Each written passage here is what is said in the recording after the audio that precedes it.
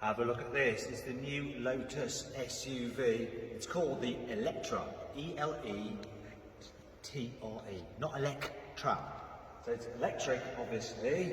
And from the front, look, it's really aggressive. A bit like a Lamborghini Urus, but with more vents. And vents that do stuff besides cooling the engine. Because there is no engine on this, it's electric powered. So look, there are these vents here in the bonnet to reduce drag, the airflow through the body. A bit like on the Avaya supercar.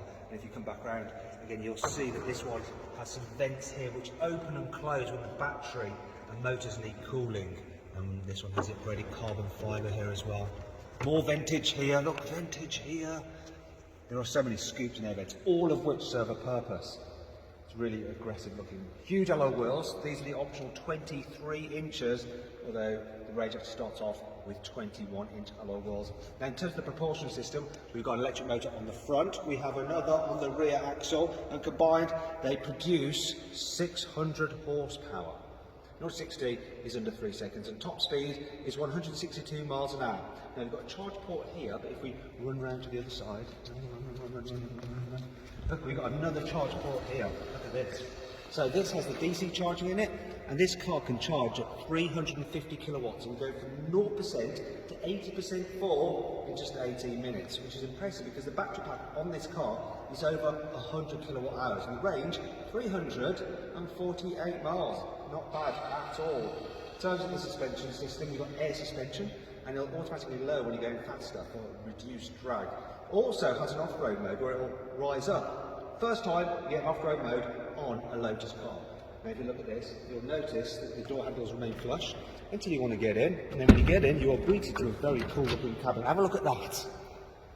So the interior on this car is vegan friendly. No animal products here, though you can get a full leather interior if you really want one. And you've got this huge screen on the centre dash there, and 2 screens there, one for the driver and another one for the passenger. And look, can you see these little cameras there? A bit like on an Audi e-tron. There you can have normal door mirrors if you prefer. Now let's have a look at the back seats. So you can get this as either a 2-seater for a posh luxury limousine kind of effect, or a 3-seater if you need the added practicality. Everything you need to know about this car is that the aero continues at the back. Check this out here, look. We have some winglets as a roof spoiler, but as a backup you have more spoilerage here from this deployable rear spoiler, which will go down again when you're parked up. So you've got a nice, clean look to the design. And check out this light bar here. Obviously on the road going version, you're not going to have green lights there, there'll be the normal red brake lights. But really this car is pretty much as the road going version will be, even though it's a prototype. We've got more vintage here. Look at the vents in here. Once again, like the Avaya supercar, and this diffuser here, which on this one is carbon fibre. Now this thing is going to go on sale in 2023 for around £100,000. What do you think of it? Let me know in the comments.